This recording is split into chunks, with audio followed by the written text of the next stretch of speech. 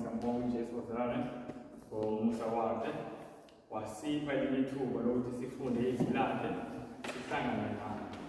sihlangane naye. Ngiyakholwa ukuthi uJesu phakathi kwethu. Siyayikholwa leyo nto bazalwane? Kumele siyithembe izwi likaNkulunkulu ukuthi uJesu la kukhona nje ababili noma abathathu uthi ngilapho phakathi kwabo. Siyayizwa leyo nto bazalwane? Into esishayayo nje ukuthi esikhathini eziningi izwi asilikholwa. Sifuna ukukholwa ngokubona. Siyayizwa leyo nto? uJesu phakathi kwethu. So kumele simbonge. Siloke sibonga nje ngey'nhliziyo zethu uJesu siyakubonga ukuthi ube phakathi kwethu. Into eyisimanga. Angithi kubone asithi mhlawumbe manje bekhona umongameli Ramaphosa. Bekuyothatazela bekungangazela ukuthi yo abantu bagcina appreciation ukuthi savakashela umongameli nje siyobani thina. Siloke sigcwele ukubonga. Nokuthi umuntu usahleli sathi uyazihleli nomongameli. Uyazihleli nomongameli. Kunomongameli la. Nama ufikayo batshela ukuthi bekinomongameli. Bazalwane ngicabanga kangakanani uJesu inkosi yezulu nomhlaba wonke. Umongameli nje ikhandi nje kuphela. Kanti uJesu singambonga ngokuba naye bazalwane. Simthembe futhi uzosifundisa. Sokuqhubeka sifunde, but before siqale mhlawumbe asivaleni nje amehlo sivule ngomkhuleko lo mkhuleko. Bawona amandla oyingcwele kade nothando olumangalisa kakhulu. Siyasondela phambi kwakho ngegama likaYesu Kristu. Siyacela once more Lord that you speak to us. Futhi siyakubulela kakhulu ngepresence yakho. Yinto kwesengumangaliso bethi ungahlala Nkosi phakathi kwethu sibanini kanje sizizoli kangaka. Nkosi it's just amazing indlela esithanda ngayo. Siyacela Nkosi that you take control of everything. Nami Nkosi ndingumntwana, I'm really a child.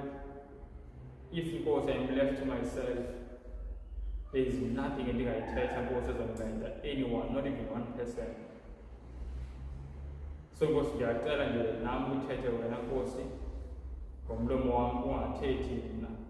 Please Father, ngiyacela kakhulu. Wethembisile Nkosi bawuzoba nathi kude kube sephakathi sibambele kuso sithembise. Cela Nkosi ususe imoya engcolile kaSathane wonke amakona Nkosi wabendlu.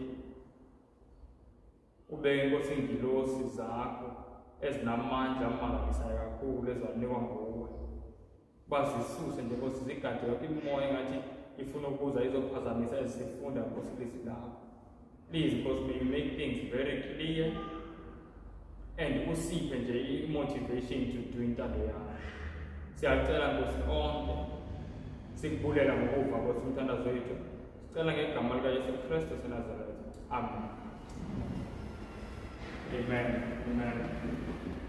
Bazalwane siyaqhubeka ngomalesini wethu we-medical missionary work, and ngizoqhubeka from where we left off so that singakhohlwa kakhulu. Ngazi last week we diverted kancane sabuka iprofesi, but from what you studied the previous time last season lesson in medical missionary work, someone is eziyi-2 primarily. Into engangifisa sizibona nje zaziyi-2 and sazibona ngizozisho ngizibuza ngenxa yesikhathi, and then sizongena kwi-discussion ezisiqala lesifundo lesanamhlanje. But into yokuqala esayibona bazalwane imbangela yani yesifo. Siyakhumbula ukuthi what is the cause of disease? Isifo senziwa yini? Senziwa yini isifo? Ake sibuke mhlawumbe very interesting verse. Ake sihambise kwiZaga chapter 26 very quickly. Imbangela yesifo. Kune-principle engifuna siyibone la kwiZaga 26. Singaboyikhohlwa bazalwane. Roma siyikhohlwa izosenza ukuthi singanaki. iZaga 26 asibuke verse 2. Sesifikile sonke. ithi njengomzwilili ekuhambeni kwabo nanjengenkonjane ekundizeni kwayo, kanjalo isiqalekiso esingenasizathu asizi. Siyayizwa leyo nto? Ithi nge-English, the curse causeless shall not come. Isiqalekiso esingenasizathu asizi. So when I find ukuthi there is a curse, kwaye makulesiqalekiso, meaning makunokugula noba yini, kumele ngazi ukuthi kunani kunesizathu. Yayithanda kakhulu nge-English ithi the curse causeless shall not come. So where there is a curse, there is a cause. Sayibona leyo nto? And safunda ukuthi the cause of disease.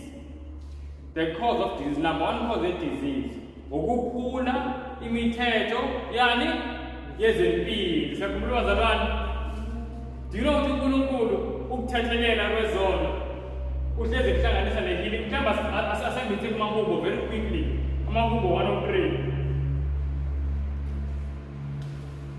The curse causeless shall not come, bazalwane. Amahubo 103.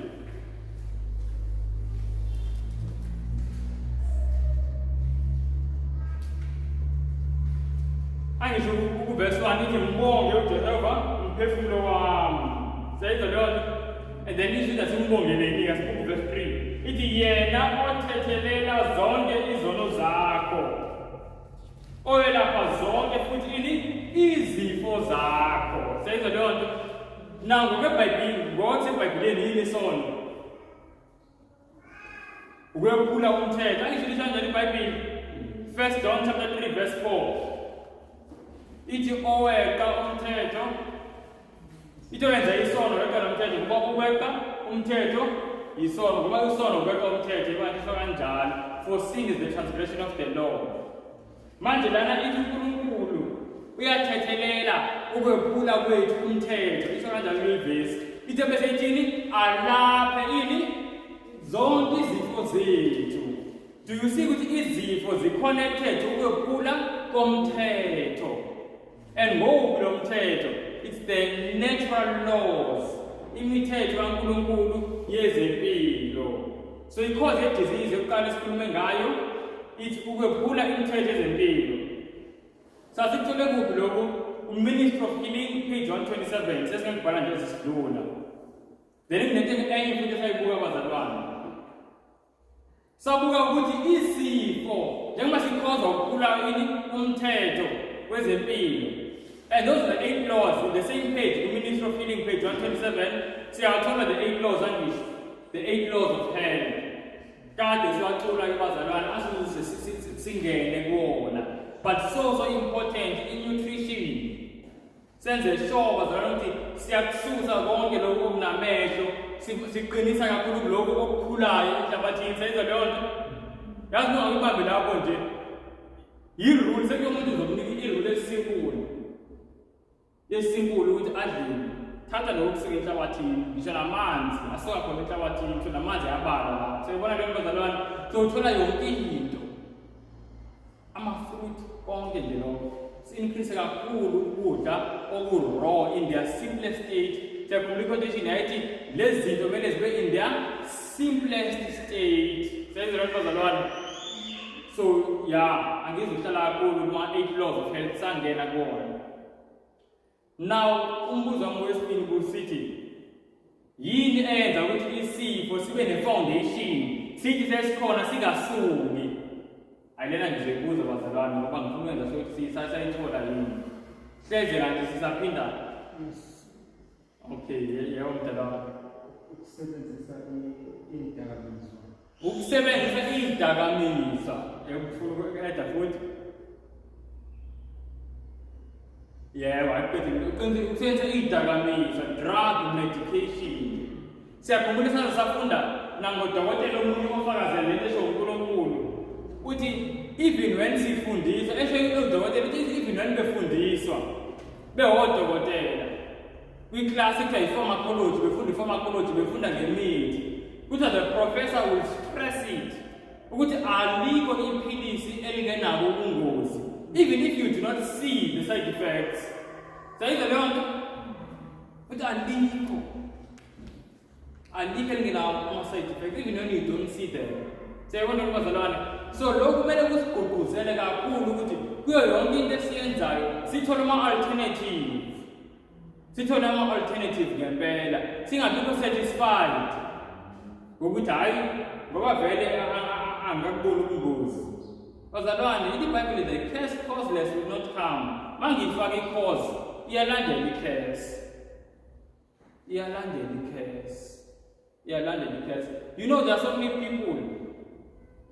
Okay, I'm not just so many, but back when I'm in Brazil, who are taking medication for pressure. My pills of pressure. Don't the pressure, it's not even painful. Sometimes eating the medication, the pressure, it's right. You're and the mood as diagnosed as a chronic says, every day, man, every day. According to nezinto ziyalimala.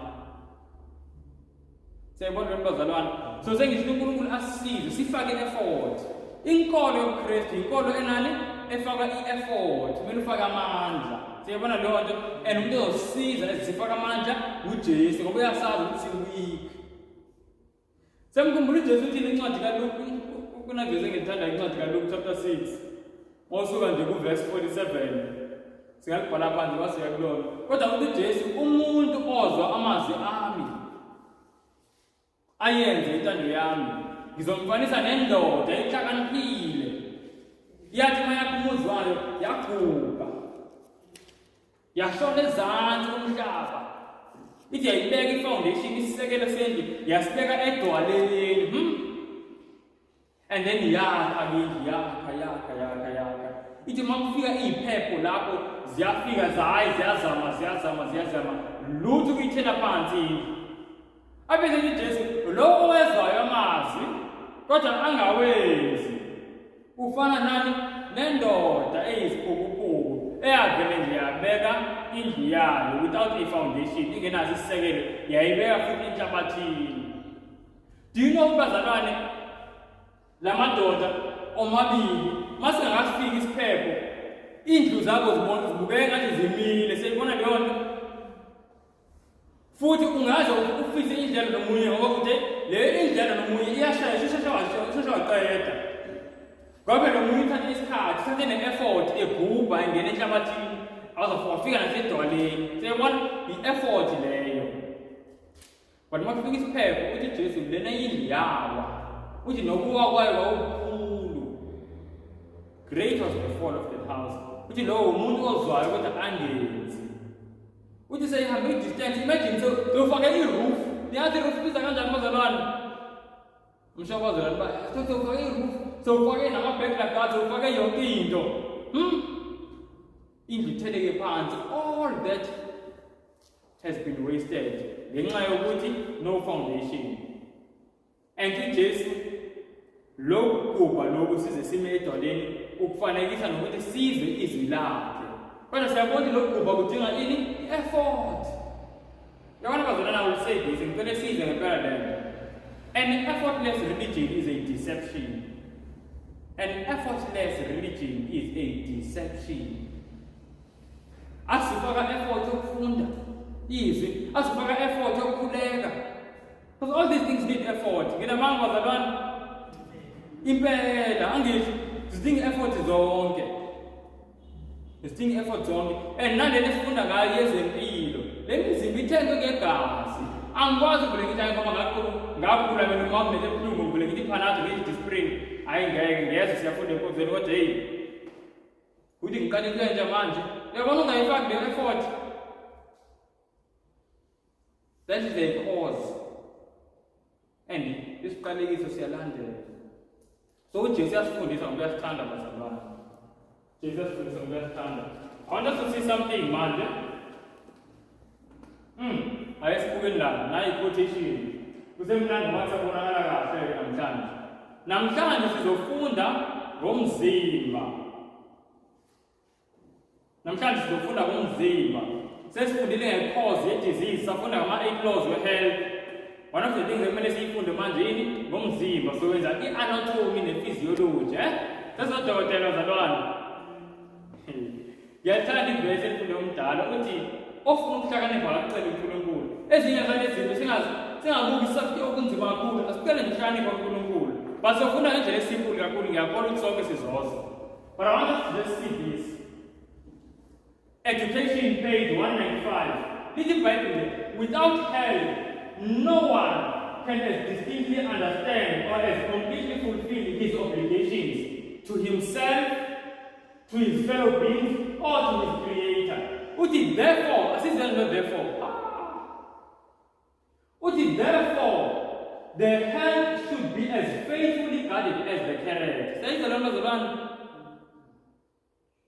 Kuta impilo, physical health, it should be as faithfully guarded as the character. And if you have the most prophet, Revelation chapter 17, chapter 12, verse 17, the spirit of prophecy, and then chapter 19, verse 10, which are there. Spirit of prophecy is the testimony of Jesus. So, kama yema tutakuwa ingwele, ufakaza uJesu, kuluma uJesu. This is Jesus speaking, bazalwane. Uthi the health must be as faithfully guarded as the what? As a character. Do you know what Jesus is saying? Kanjani character? Sakumula kuthi kama Matthew chapter 5. La uJesu athi khona uma ngaba iso lakho lokwenza ukuthi uone, uma ngaba iso lakho liyingcolisa inkambo yakho, tisusa lelo liso. Senza leyo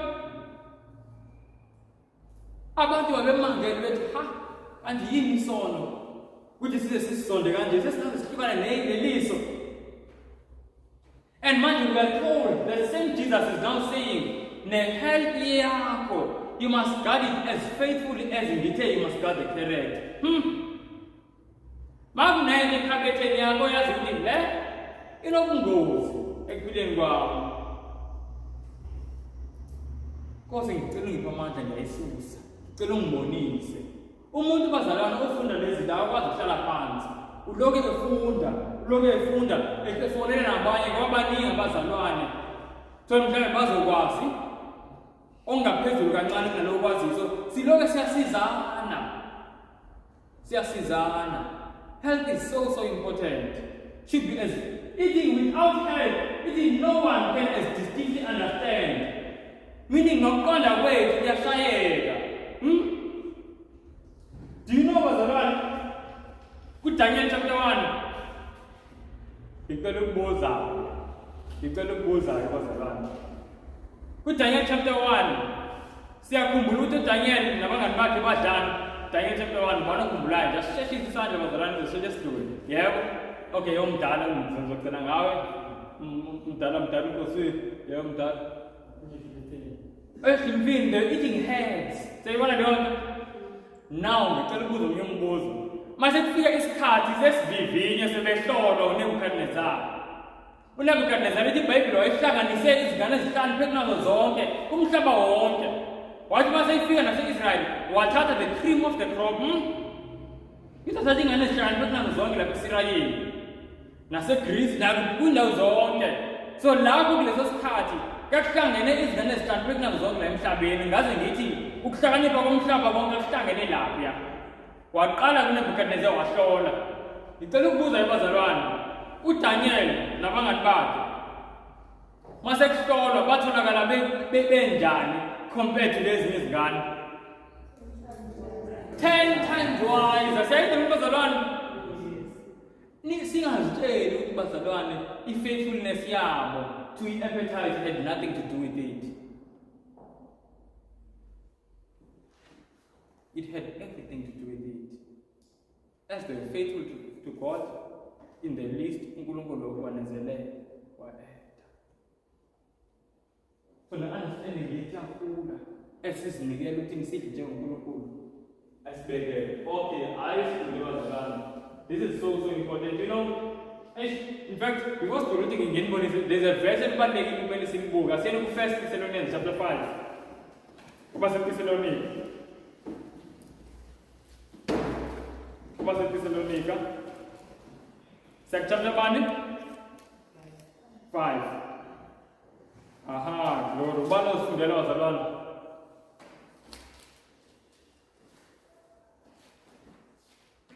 Ubani osifundela nge-English noma ngeSizulu, it's fine. Verse 23 to 24. Base Thessaloniki bokuqala, Thessalonians, 1 Thessalonians. Kepha uNkulunkulu wokuthula yena uqobo makaningcolise ngokupheleleyo kulondoloze umoya wenu wonke nomphefumulo nomzimba ungabi nacala ekufukeni kweNkosi yethu uJesu Kristu. Uthembekile yena onibizayo uyakukwenza futhi. Siyamuzwa umpostoli uthini? Uthi uNkulunkulu asingcolise ngalo ukuthini? Ngokupheleleyo. And then abale ukuthi kanjani okupheleleyo? Abale umoya wethu nomzimba wethu. Siyayizwa leyo nto? Sizwile ngathi ngiyabona siyabuza nathi senzanga lezo. Oh, sorry ukuthi beku verse 23. Verse 23 no 24. You will be excited now zalwana ngoba lelizwi lamanje. Kodwa athi ngeliphindele. Ithi kepha uNkulunkulu wokuthula yena uqobo makaningcwelise ngokupheleleyo kulondolozwe umoya wenu wonke nomphefumulo nomzimba kungabi nacala ekufikeni kweNkosi yethu uJesu Kristu. Siyayizwa bazalwane. Verse 24. Uthembekile yena onibizayo oyakukwenza futhi. Sizwe nange-English. Ithi, and the very God of peace sanctify you wholly, meaning completely. And I pray God, your whole spirit and soul and body be preserved blameless. Umzimba ube blameless. Unto the coming of our Lord Jesus Christ. So do you see ukuthi uNkulunkulu bazalwane, it's not only inhliziyo zethu. It's not only spiritual no uNkulunkulu afuna be blameless, angcolise, even nomzimba wethu. Siyakuzwa lokho bazalwane. Ngiyathanda isithembiso ku verse 24. Ku verse 24 uthi wethembekile. Ithi uthembekile yena onibizayo uyakukwenza futhi. Ingaba thina sinawo amandla okwenza lokho? Okugcina inhliziyo zethu zingenacala. Okugcina imizimba yethu nayo ingenacala. Asinawo amandla ithi ubani uyakwenza? Ubani? uNkulunkulu uJesu. Siyayizwa leyo nto? But uJesu udinga i-cooperation yethu. Siyayazi leyo nto? Siyakhumbula ngenjongo zaJerikho sake safunda ngisho bazalwane. Ibhayibhile lithi ngokholo injongo zaJerikho zawo.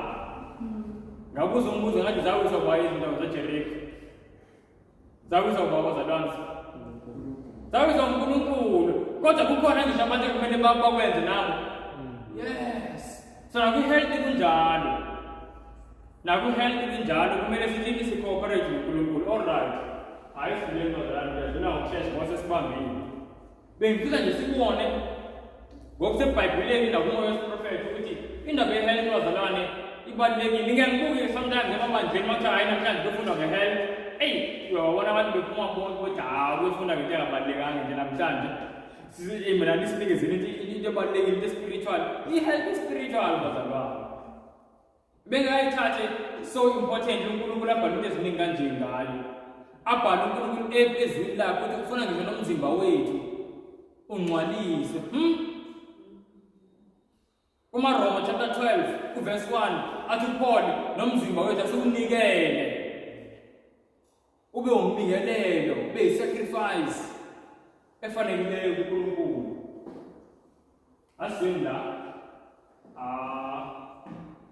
lesithathu siyasinda. Ithi as the avele sifunde la kubomvu khona vele it's fine. Ithi the laws that govern our physical organism God has written upon every nerve, muscle and fiber of the body. Asizweni la ithi every careless or willful violation of these laws is a sin against our Creator. Say the Lord. Mawukuthi I am careless or I am willful, ngiyezwa mina ngumuntu ongazi. negazi, it's fine. Unkulunkulu lami utangaza ngambeki cala. But when sengilazi iqiniso, but ngiqhubeke ngiyingcisha ngezinto engazi ukuthi ziyangibulala. Ngingazitsheli bazalwane I am blameless before uNkulunkulu.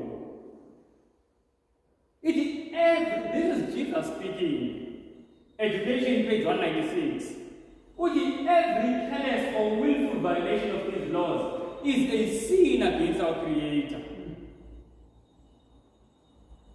And you know what, bazalwane? Let's go with Sodom.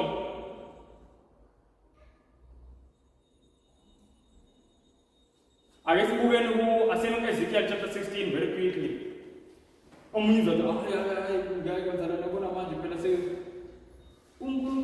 Every willful or careless violation of this is a sin against the Creator.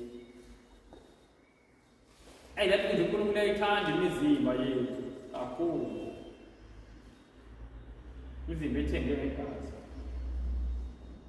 as one to that was an issue of prophet landed by the Ezekiel. Chapter 16. For now, this part. As soon as verse 49, tell us on together as Vagan.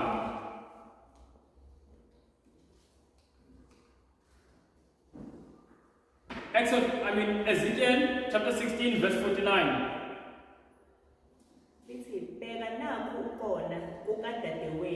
Isodoma, ukuzidla, nokusutha ukudla, nokuzinza okuthuleyo, kwakukhona kulo nakuwo amadodakazi alo, kepha aliqinisanga isandla sabampofu nabasweleyo. Sibambe lapho. Siyabona uNkulunkulu ukubana izono ezenza ukuthi kunethe umlilo eSodoma. Phakathi kwalezo zono uthi ukusutha ini? Uthi nokusutha ukudla. Manje ngifuna si-understand lento ngendlela nje e-practical. Mangidla ngisuthile thona isona ngizonke siyazi. So uNkulunkulu uthini lamathi isona sami esinyawo ukusutha ukudla. It was the perversion of the appetite. Ukudla over nokudla izinto ezirong. Sayizwe lo bazalwane. It's overeating and eating the wrong things. Ngoba uthi uNkulunkulu naka uyisono lokho. This was the sin of Sodom.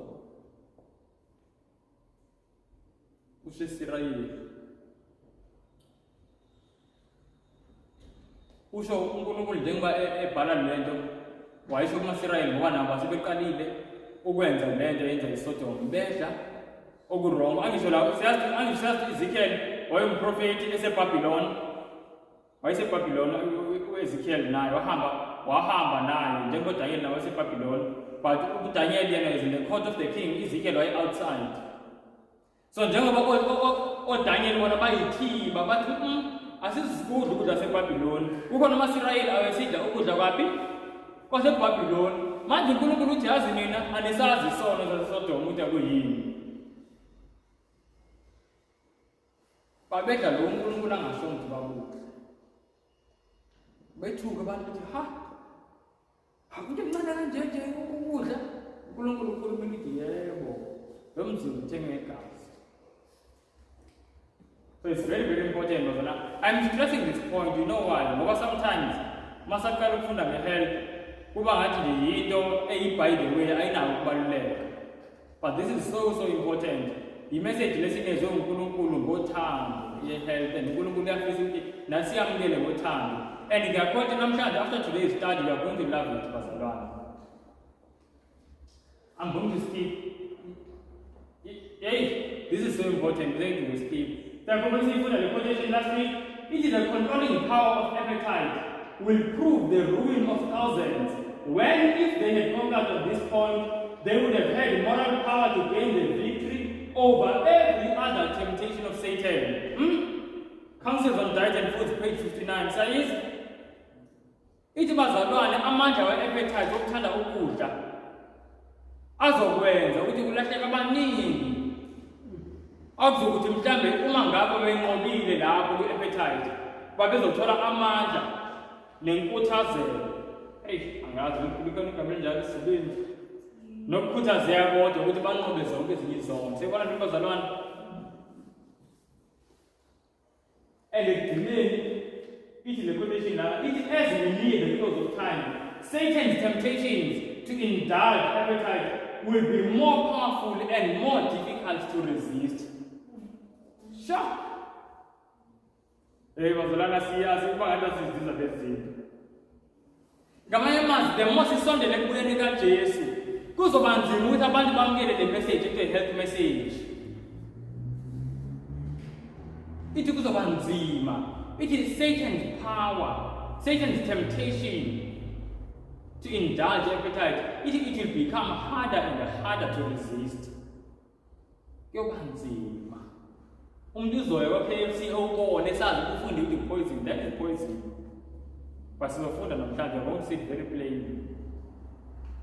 I think lesibonelo ngathi ngiqhubeke. Okay, safunda nge-disease la.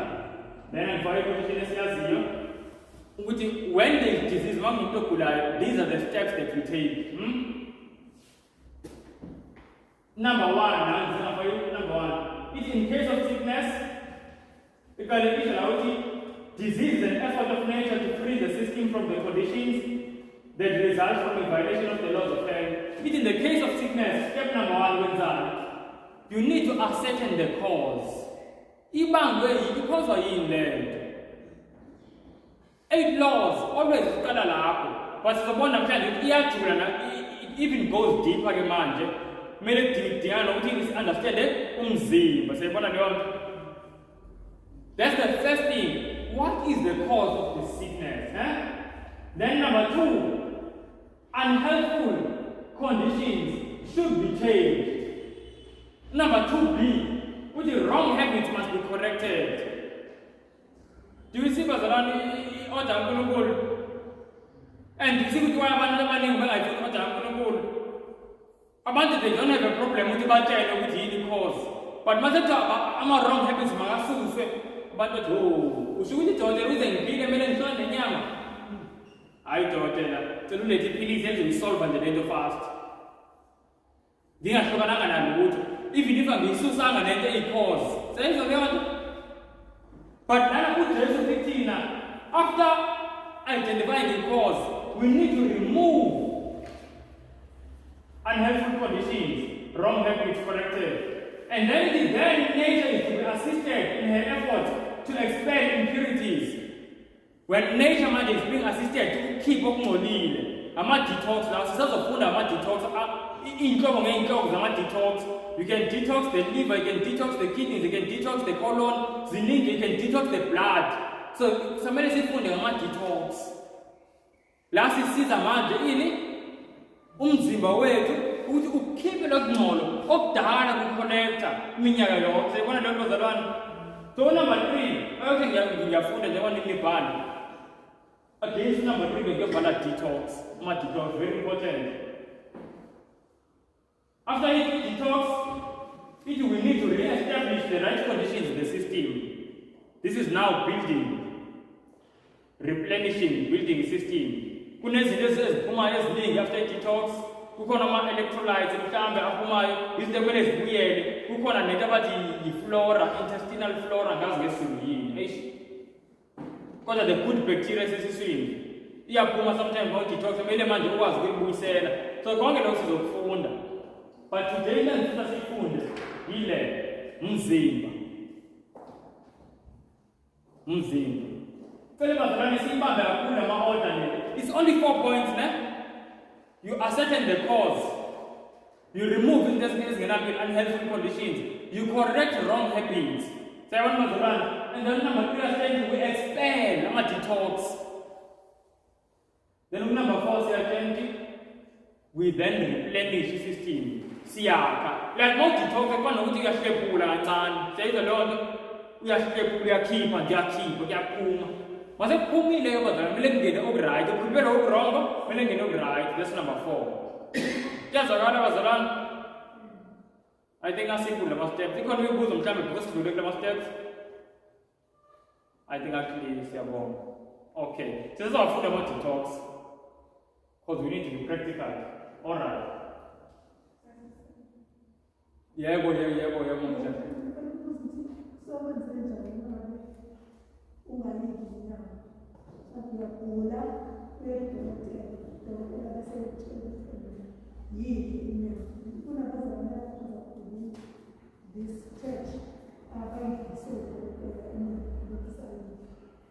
Okay. You know, Bazaran, I will say this. Umbuzo uthi kusebenze yini asemhlambe semiyekile inyanga. And then kwenzeka ugule somehow somewhere.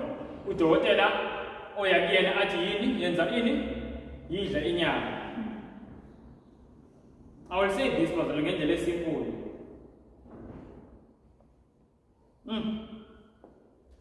Mhlawumbe aseni kwivesi, I hope ngizomthola. Aseni kuLuke chapter 12. Yeah, ngicabanga ukuthi lezi zinto zijulile ngendlela ukuthi mhlawumbe kumele uJesu ayikhulumele yena. AseKuLuke chapter 1.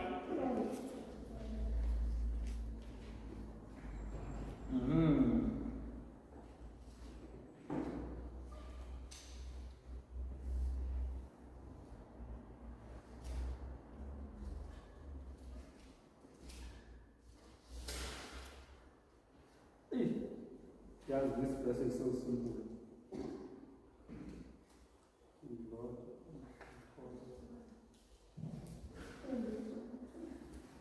Ngisayibheka ivesi ngathi lana kuLuke chapter 12. Kulento bengifika sizibonele yona.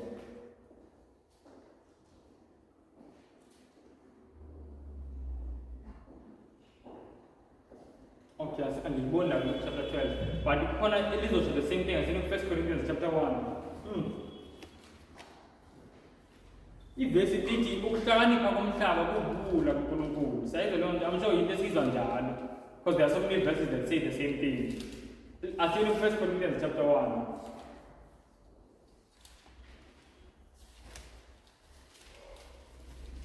Base Korinte. Sizama ukuphendula lo mbuzo ukuthi kungani sometimes thola uyekile inyama kodwa ukuthi uma ugula udokotela oyekena athi ayingeke sona kuyona. And kuyenzeka ngiyawubonga nombuzo ngiyajabula ukuthi ufikile.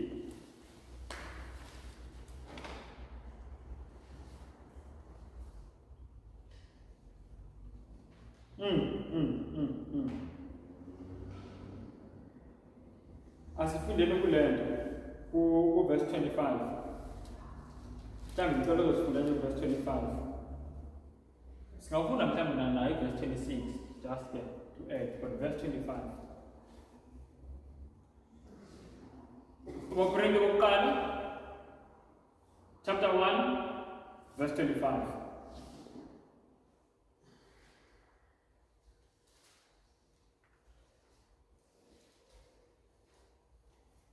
Fundela yesiZulu.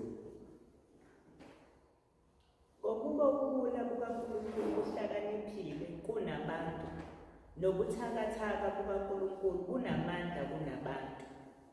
U26 uthi ngokuba bhekani ukubiza kwenu bazalwane. Kababaningi abahlakaniphileyo ngokwenyama. Kababaningi abanamandla, kababaningi abayizikhulu. Ababesiyeyo. Angazi ngiyathanda kakhulu verse 25 kusho the same thing bengifuna kuLuke chapter 12. Ukuthi bazalwane ukuhlakanipha kaNkulunkulu. Ukuhlakanipha kaNkulunkulu in fact is the foolishness of God. Manje ubulima kaNkulunkulu the foolishness of God, it means abantu abayibuka engathi le uNkulunkulu ayishoyo ubulima seyibona leyo nto.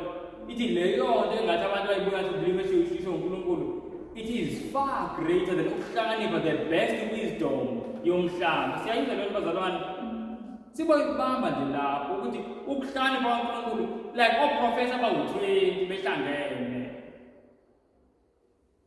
U-20 mncane ngebenze lutho ukuhlakanipha kaNkulunkulu. So ipoint engiyakulona mama uhlathi ngifuna ukuthi odokotela bomhlaba abayazi lento esiyifundayo. Yabo? Abayazi lento esiyifundayo and vele bazoyisuggest inyama ngoba nabo bayayidla. They are taught, they are trained to think that into necessity, into necessary. Number 2 ngizokusho. ukuthi odokotela abaningi abafundayo isifundo lesi esifundayo, they don't study nutrition odokotela. They can take it either optional. So baningi odokotela nginabo nabangani bodokotela who know nothing about nutrition. Ngisho noma sekusondela into encane noba whether i-iron noba yini yonke into banephilisi layo yonke into. Seyizwa leyo nto? Why? Ngoba they have not been trained in nutrition. Number 2 lo. Then number 3 engizowusho, nathi sine-responsibility. Uthi mawukhiphe inyama, and it's not only meat into ekumele siyikhiphe. Yabo, mawukhiphe inyama ngenza isibonelo kwidiet yakho. Thothi wena inyama waziwa number 1 source of i-iron. Siyibona leyo nto? Khona i-iron kuyithola enyameni. Manje uyikhiphe inyama, but idiet yakho la manje lese ngasena nyama nayo ngingathini ayinawo umsoco. Yabo, awuedanga izinto ezine-iron. Into ezokwenzeka vele ukuthi i-iron yakho izokwehla. Mawufika kudokotela owaziyo ukuthi i-iron itholakala esibindini, uzothi buyela udla isibindi, buyela udla inyama, nayo into ekushayo ukuthi wena uhlukene nenyama. Siyabona leyo nto? Kanti uhlukene nenyama ignorantly. Yabona leyo nto? Wangakudala ngithi kumele sibuzane, asihlali phansi masifunda into ezikanje. Siyabuzana, siyafundelana, siyakhuleka, siyafunda. Siyabona leyo nto? Yebo mntana. Ngiyabonga Thisha ukuthi usuvele wayichaza le ndaba. Nami ngifisa ukuyayola le phuzu lesithathu ogcina ngalo ukuthi enye into mhlawumbe ekunike i-challenge lokuthi masuyikhipha inyama usathuthutha ngayo. Mawukuthi ama-proteins uwathole enyameni, usuzodlala imanje instead of inyama, uzathatha nama-protein. And leyo nto uzoyipheka ngendlela yokuthi uzobusakwazi ukuwathola ama-protein. Phepha singanise mawukuthi ama-protein atholakala kuba ku-glucose. Mhlawumbe-ke manje kufanele ngipheke kanje, kufanele ngazi lo glucose usipheke kanjani. Ungagcini mhlawumbe uthe kotokoto ugcine ngasekho ukuthi yabona leyo nto. And yabona zalana masiyibambe kule nto, yazi ngiseyivuse enye into le nto esiyikhulumayo nomdala. Masiyibambe kule point leza sifunde ukuthi izinto we must try as much as possible to have them in their raw, most natural state. Beetroot bayagretheka. Wenza salad umnandi beetroot. Uthole like uthola yonke into. Ayikho into ehambe namanzi. Lo bhathana bayagretheka. Ziningi bazama izinto esingazidli raw. Ibheke siyayifaka i-effort and siyabuzana and siyacela uNkulunkulu for usizo. Siyabona bazalwana. So kubalulekile to know how to substitute izinto. Yabo, otherwise uthola sikule situation kodwa uthi buyele esibindini nawe uyazi umuntu mhlambe manje lenzipho sezenza ezimhlophe lokhu khathele. Why? Because you are lacking iron. Saying this model nje nge-iron, it can be many things. It can be calcium, and both calcium and iron are abundant kakhulu kwizinto ezigreen. Sayibona lokho bazalwana, in the green things, whether it's broccoli, whether it's celery, whether it's spinach, whether it's cabbage, they are abundant. Whether it's cakes, no lettuce, they are abundant. But inkinga yethu ukuthi most of lezi zifuna ukuzipheka. Fika ispinach sesithele. Fika nenkabishi seligcwele amafutha limnandi kulento emini yebo. But egazini no. So manje sifunda ukudla raw izinto uNkulunkulu uzosifundisa indlela ukuthi sisenze zibe mnandi zi-raw zinjalo. Seyizwe lento bazalana. All right, yebo sisinto.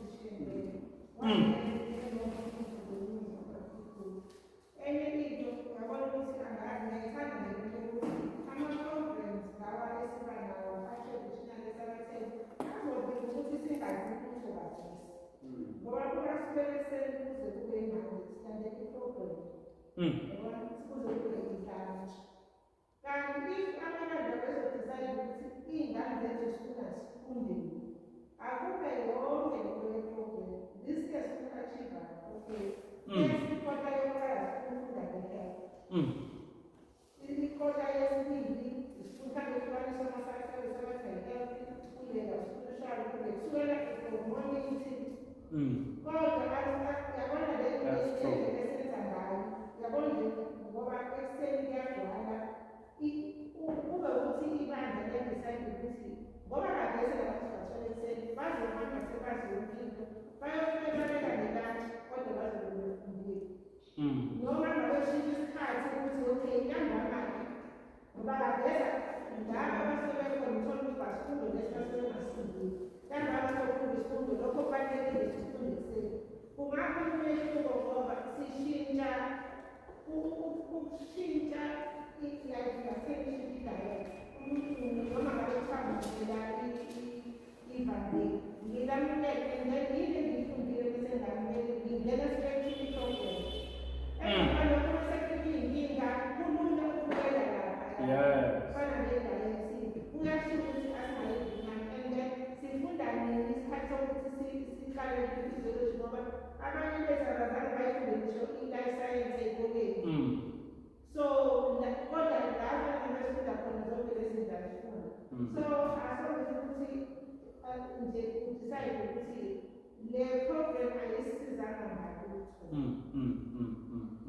kodwa esifundisana ukusisala singasentuso entuso ukuthi obani abazokhula ivaccine abekho ngoba iy'ngane zethu azazi lutho.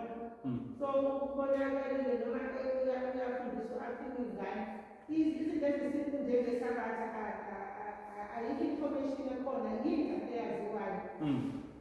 Nathi sesibadala futhi hhayi ingane kuphela uma sisibuza ukuthi yindaba amanye isemba asebebhezi yasiphendula kodwa i-problem silandela in-outreach oba ama-easter chief ukuthi okay ake sishintshe-ke sifunde ngokuthi inama-easter singawaselebrate kodwa nje problem hhayi semisikhathi esikukuthi insimbi akuba ini so ayishifayo. Amen. Very important comment.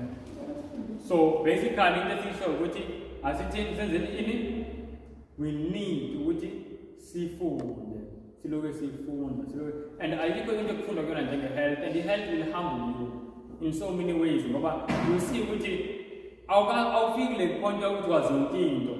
Next year kunento engizoyifunda ukuthi lana bengingenzi kahle hle lana yabo. So it just keeps you humble and keeps your mind open to learn. Siyabona nabazalwane and uNkulunkulu naye into ayifisayo vele umuntu onentshisakalo yokwenza intando yakhe. La uNkulunkulu mayizothi ayenze ukuthi lo muntu akwenze. Siyabona leyo nabazalwane and that is true surrender. True surrender is not only based on what you do, but the true condition of a surrendered heart is inhliziyo ethi noma yini onkosoyivezayo. Siyakhumbula Abraham esiyozweni lapho asuke atravisha ahlala indawo ethile maseyifika la uNkulunkulu usuke la uye lapha usuke la yambona nje seyizinikele because I go where you tell me. Nayo into efunekayo ngiyihere. Alright. Nayo kumele siyifunde bazalwane siyatshela ku-Ministry of Healing page 128 that we need to understand i-physiology. But ngifuna ukuyirida kwi-context yayo sibone i-importance yayo. Ithi too little attention is generally given to the preservation of health. It is far better to prevent disease than to know how to treat it when contracted. Senzo lesisicabuni bazalwane. Ithi kungcono far better ukwazi ukuthi isifo sisikhuza kanjani singangeni nokungena kunokuthi sazi indlela ezoku-20 zokusitreat sesingeneni. Even if you can know one way of how to prevent disease, it is far more valuable than 100 ways of knowing how to treat it. Sayika leyo bazalwane kunesisho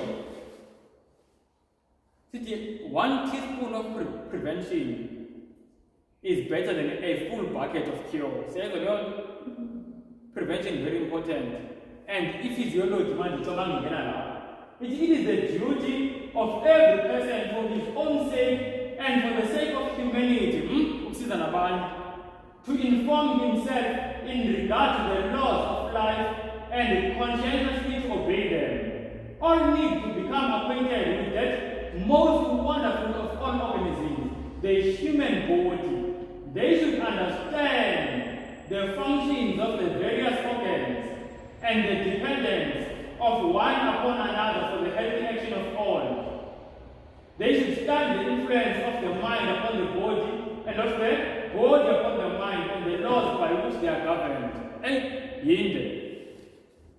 Kodwa mangithi ngesummarize bazalwane ukuthi asifundeni ini imzimba.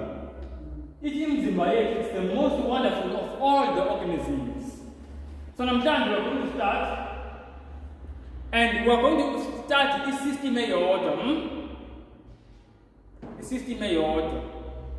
Umzimba wethu, we can say it's broken up, the simplest form mhlawumbe. Ndingaze ngijule kakhulu singiya kwezinye kuma-atom nani, but the simplest form of life la emzimbeni is ama-cells wethu. Angithi sizokhuluma ngama-cells. The simplest form is the cells, and then ama-cell mawahlangene enza into ekuthiwa yi-tissue, ukuze kukhulunywe nge-skin tissue. So it's cells, tissues. Then tissues combined make up ama-organs. So inhliziyo yi-organ, sibindi organ, kanjalo, those are organs. Siyabo? And then ama-organs ehlangene, they make up an organ system. So again, sibonele nge-system esizoyifunda namhlanje, i-digestive system. There's an organ system. And then ama-organ systems mawahlangene, they make up an organism, umzimba wonke. Siyabona le bazalwane. So thina siyibamba nje like organ system, i-digestive system. This is by far the most important system ekumele siyi-understand, digestive system. Into eziningi ziqala la kuyo digestive system. Siyabona bazalwane. Kwalokho khona ingubo nje sisithi lelanga selingena. Sizoyixoxa ke le asijapha futhi. So that now asiqedanga siyabuyelela yomntana. It's fine. No, they are filling page 1. It's that is sorry. 128. 128 minutes of filling page 128. Let him explain for umzimba. So siyabuya bazalwane. This is that digestive system. Ukuthi amagama esizulu angikwazi ngicela ungisize nje amagama esizulu kancane kancane. I-esophagus umphimbo wesukudla ula kodwa semuva kaloku phefumula. Ayikade into ngoqoqo lokhu phefumula yini kunogovane noqoqo eyozolana. But naye esofika siyibona nje esithombeni bazalwane. Sisazokhuluma ukuthi ukudla ngena kanjani, but we just need to understand it kancane. So kunama-esophagus la, yona ehlayo eletha ukudla. Ixhumene nani? Nento abathi i-buccal cavity, umlomo, sixhumene nomlomo, singasebenzisa amagama anzima. If sithi uqoqoqo lo, yebo uqoqoqo, la ukudla kwehla khona na, iyehla la. Yini le? Isisa ngisho bazalwane. Siyasibona isisi? So isisi naso umnjalo isisi, yiso lesi. Ukuthi sivulekile kancane basile baveza ne-inside yaso. Yiso lesi isisi. Esophagus, isisi. Mhlambe 9 isisi tom. Same thing. Esipho isikliye mhlambe ngimthubize ngesikliye. Esipho sibona kanjani. I think both are fine. Is it clear this? Okay.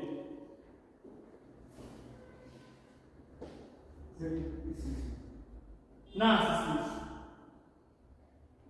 Esophagus nayo. Hayi, amen ngiyajabula. Isisu bazalwane. Asikho la. Lawana lathi khona thina masikhuluma isisi. Ama-small intestines, amathumbu amancane. Siyabona?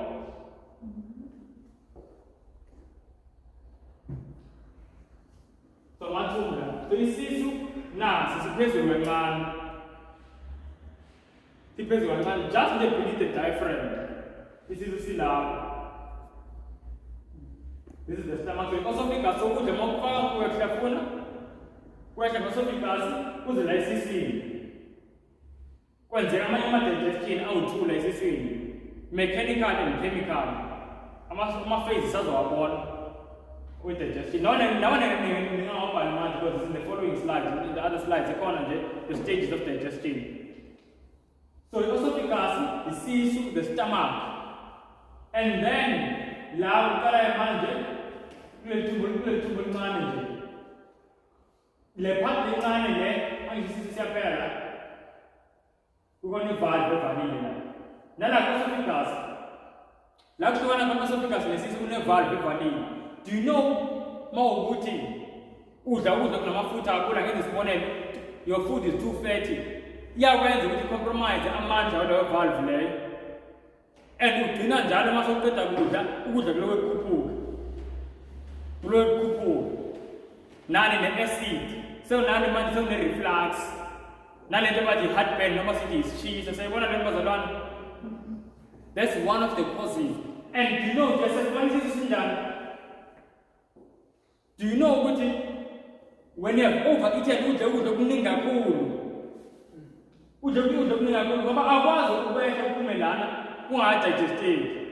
what happens is when you overeat and the stomach is too stretched, never anyway. Just imagine long. I think you have like a spoon of salt, it's a name. It's a spark and sharp for but you want to learn very spoon of sleep, put a corner and go to put your hand on a pump and say, one that was alone.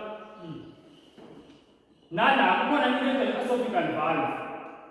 Just like esophagus, it's called the lower esophageal valve. Valve. You don't need a valve. Hey, una mangi, quello che sei buono, cazzo, quello che sta nel professore. Io come sei dovuto? Quello che hai detto, è così. Usi cazzo cosa? Di sono ma usi non but man, when you compromise in a valve, think the man is seizure. You know, any time the heart pain, it's because in layer, a thick, which I mucosa layer, such as one another. It's thick, layer in our esophagus. So then I see here was the acid. Lawesis or hydrochloric acid. My acid and amanda. But my cook when get up esophagus because when I'm acid I've made about esophagus. So I'm going to write a line of a thick layer of protection. Say one of the and then don't lose the pain. Do you see that was done? So overeating will bring injury to your own self. Manje angizusho ukuthi umuntu adle into engakanani, but I will say i-capacity yesisu unstretched yabo ngingathi depend on umuntu yazilingani zonke izisu, but on average bazalwane 2 liter. So sithi mhlawumbe mdala wami uthatha ukudla okudala kufaka if uzothatha ukudla okudala ngokuthula ufake 2 liter mhlawumbe abangaka ngazi about 3 kumele wathi uzogcwala la. And not only that, masaqeda kudla phela kunama-acids aphumayo kuma-cells omzimba, so they are like liquid. Yabona leyo so kulowo 2 liter leyo capacity yesisu before si-stretch kumele wazi ukuthi kunama-acids. Siyabona leyo nto. So yeah, but there is ngengisho sikale kanjani ukukale ngejagi ngoba ukudla makuhlafuna kuyacompacteka. Siyabona leyo nto. So there are many things in it. Angikuze ngishaye umthetho ongacacanga.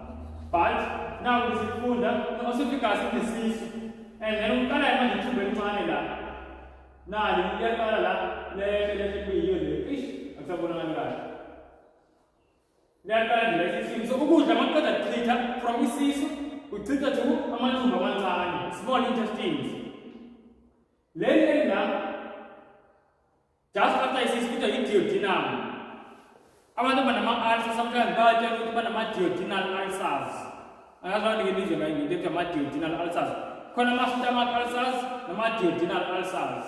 Sometimes ama-ulcer aba la esiswini, sometimes aba la just after nje isisu. Siyabona lokho bazalwane? All right.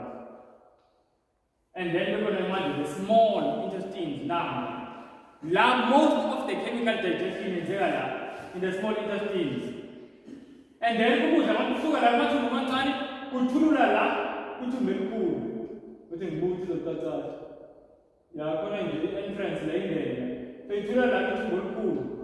And la ithulula khona somewhere la at side.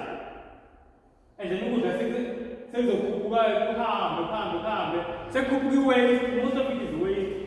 Khuphuka iwaste ihambe yeke mayifika la seyiku-rectum seyi-ready ukuphuma. Siyabona leyo nto bazalwane? So basically that's it in a nutshell.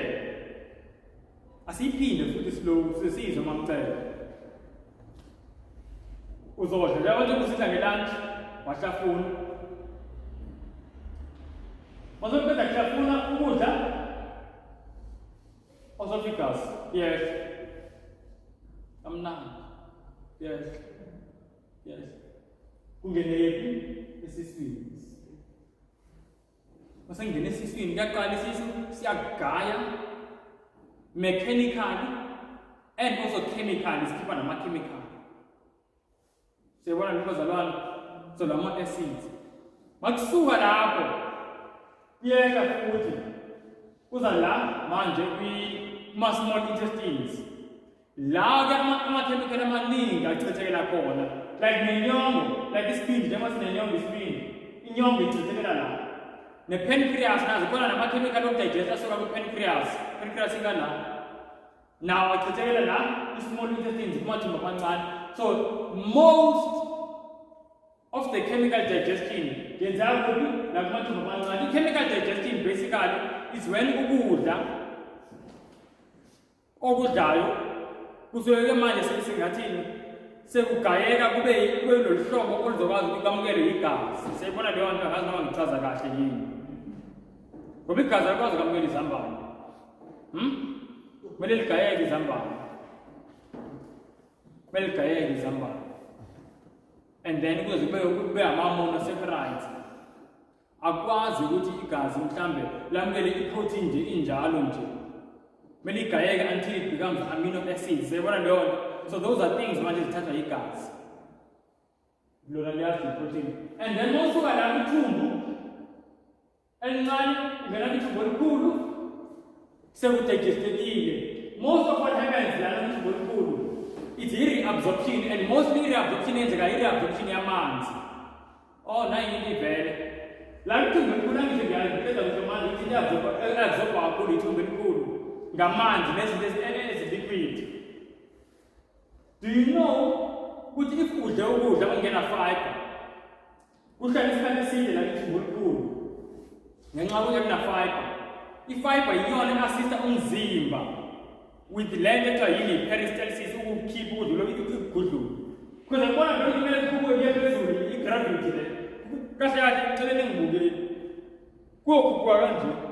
Do you see what it actually goes up, then it goes kanje, then it comes down again, and then kuyophuma. So you want to so a lot of energy is required, but nokudla naye kumele kube yi-type ukuthi iyakwazi isisi ukuthi ngempela ikudonse. Manje mangizigxilisha ngezinto ezimhlophe ezingena fiber kuzohlala isikhathi eside la ku-collect ukudla kuthi okunye sekukhuphuka ngenxa yokuthi sekuyagcwala, hhayi ukuthi ngoba nje kuzikhuphukela kahle, sekuyagcwala kugcwalela kwi-colon. And ngenxa yokuthi i-colon kancane kancane umzimba odinga amanzi, the most absorption yamanzi isenzeka la kwi-colon. Absorb amanzi. So ukudla uthole kuzokudla kuzile lana kusene-liquid encane, but the more kuhlala isikhathi eside kungaphumi, the more absorbeka amanzi kusale into enjani eqinile. Siyabona leyo nto? So the longer the food stays like esiswini, the harder it becomes ukuthi kuphume futhi. Bazalwane lokudla okuhleli isikhathi eside la esiswini sekuqala kwenze njani kuyabola.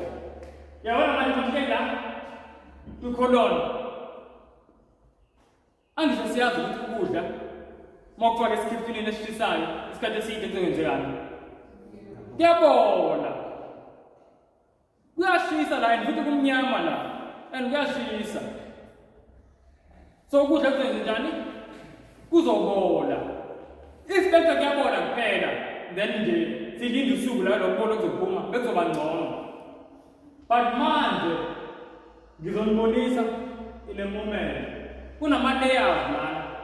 And lokubona lokhu kuthathwa ama blood vessels, imithambo yegazi la kuhamba khona igazi. Lokubona kuthathwa ama blood vessels ungene ugcwale umzimba wonke. Sayibona leyo nto because igazi lona lisuke lize la lize kwithumbu, lize nakwisisu, lize nakwicolon. Lizokolekta umsoco khona. Sayibona leyo nto liyeza liyagcwala. And malifika kunokubola. Uthole uphatha ama-headache njalo. Kanti uthole ukuthi umzimba wakho sekunokubola okuphakathi, and as it's being absorbed, those toxins ziyeza nala yikhanda.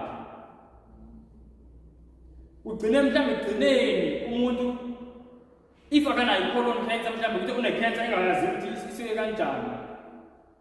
And loo nto yenze mhlawumbe ukungcola kephi emzimbeni. Siyayibona leyo nto bazalwane. And esikhathi esiningi sisuke singazi. And uNkulunkulu akasibeki icala masingasenza leyo nto. But then besifundisa uNkulunkulu because uyafuna ukusindisa kwi-pain. uNkulunkulu unothando olumangalisayo. That's the thing you don't understand. Do you think wena umuntu manje makenze operation esibhedlela ukuzosika i-colon yakhe ngenxa yokuthi une-colon cancer? Do you think leyo nto iyamjabulisa uJesu? Ayimjabulisi. Indlela uJesu athanda ngayo abantu bazalwane washiya izulu. So Jesu uyasithanda kakhulu. The reason why esinika lo lwazi manje is because indlela asisiza ngayo to lessen the pain of humanity. Sithola usizo la. Hayi sesiphinda yayithuba zalana sesiyayibona. Yes.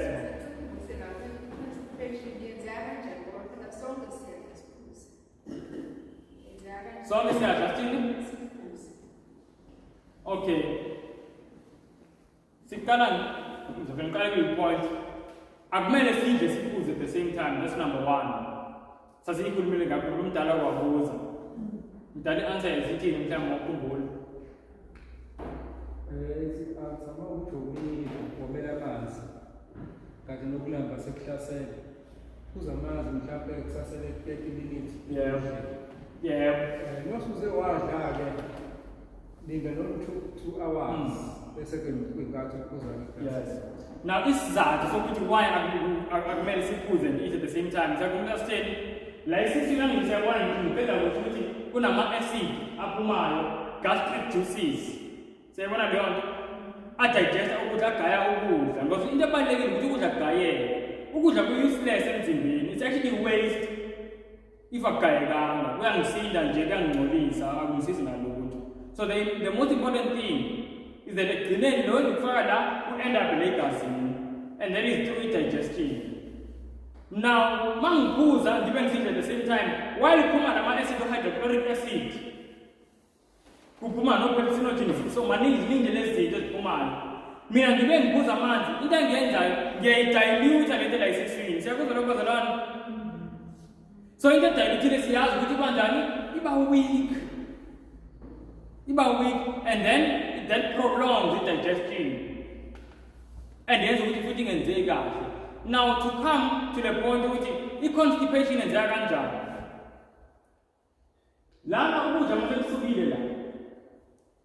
Ungena kwi-colon uthumbe elikhulu lesithi i-colon. Angisho kunjalo.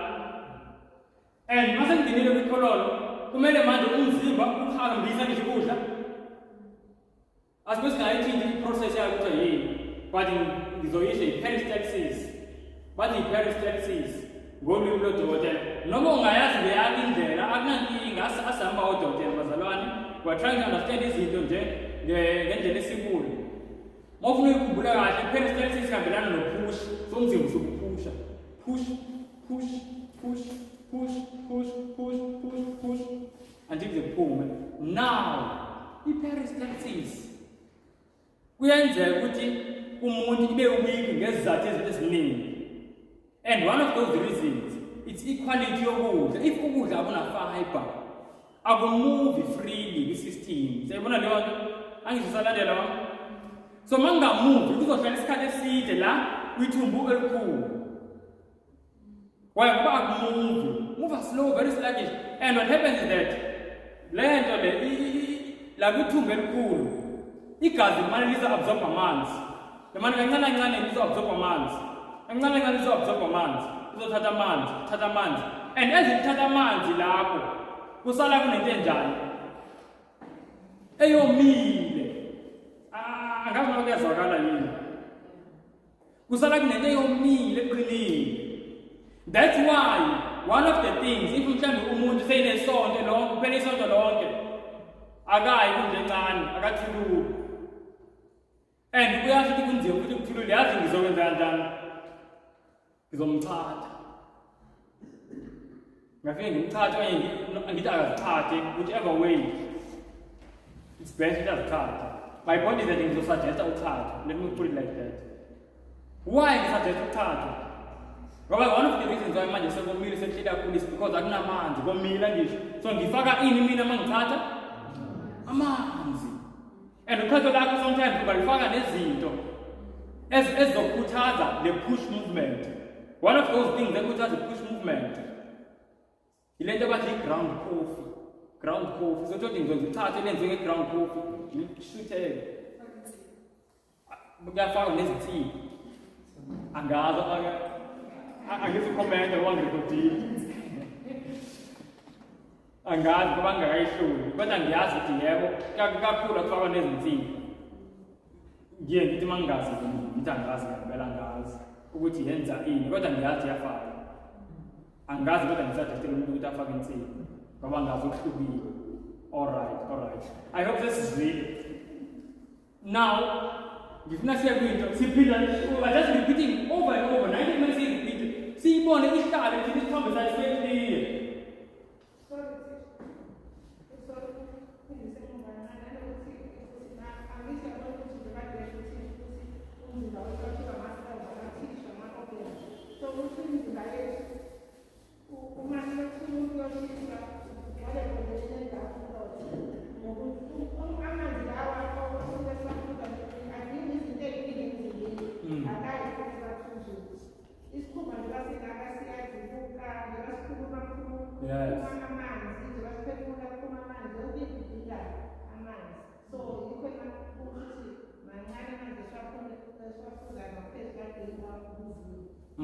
That's true.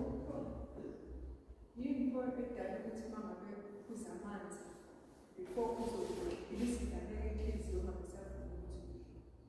The Maxwell will try and the Maxwell Collier on the internet. This to be like a business card to put local being there, but I actually the man takes more than Uso mainga ka.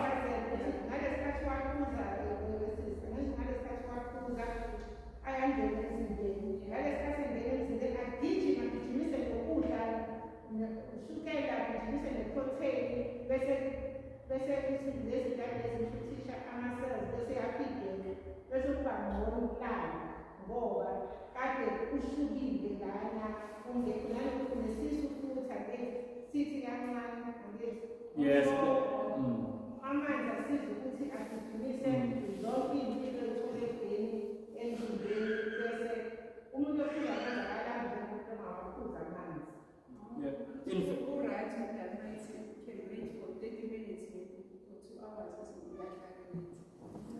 You wait if it's a pause before meals, because this is the amount go very rapidly, very quickly through the system.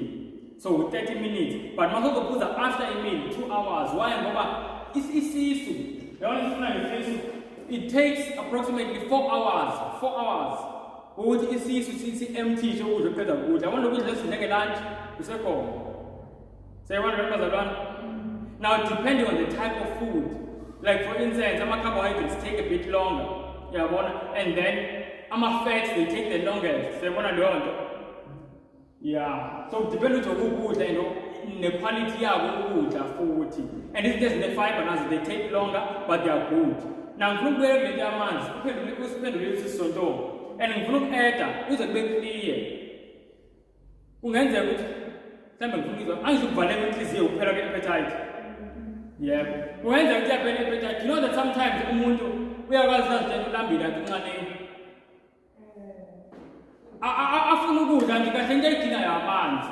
And uthi umzimba uma usuthola lento oyidingayo, ama-cells abe satisfied angadingi ukudla. Sayibona leyo nto. Secondly, esiswini uma uzophuza amanzi, especially in high quantities, mhlawumbe uphuze i-500 ml ngesikhathi esisodwa, kuzoba khona ukugcwala esiswini. Sayizwa leyo nto. So kuzoba khona leya feeling ongathi ngingangadli amanzi. So namanzi nawo, the best way to consume them throughout the day, uma uthi nje iglass, ungahlali ungaphuza amanzi usuku lonke. Kuthi ntambama thele phansi i-2 liter. Ngoba lawo amanzi azophuma fast. When your body is overhydrated, kusenda ama-signals kuma-kidneys ukuthi amanzi akaphume. Siyabona leyo nto? Alright. Ngicela ukudlula. Manje sirepeat the same thing. Funa ukuba nesikhathi. Ngiyasithanda lesifunda zalana ngoba ngiyabona ukuthi interesting kakhulu. Dalata kuningi. Ngiyaqolisa ukuphazamisa ngisho. Futhi lapho isisu uma sesivalile ngamavalve aso sivale zaso sivale ngenhla. Imisoco la ikhona edonsekayo noma imisoco uziqale ukudonseka uma sesihlamathumba. Ikhona edonsekayo. La isisini ikhona imisoco edonsekayo. Ngisho nala yimini ikhona imisoco edonsekayo. Do you know that? Izinto that are like starchy, ezinye zazo, they are digested by the salivary glands, but not kakhulu ngoba lincane ngisho nalo, yabo. And then anayisisini futhi khona ukudonsekayo, but okuningi kudonseka kwenzeka kuphi la ethumbini, the small intestines. Siyezwa lento bazalwane, kukhona ukudonsekayo. That's why ngithi igazi mawudla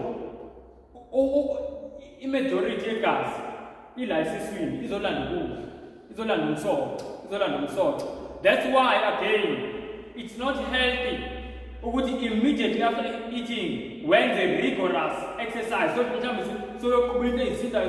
immediately after eating, because manje the muscles are also going to demand in igazi.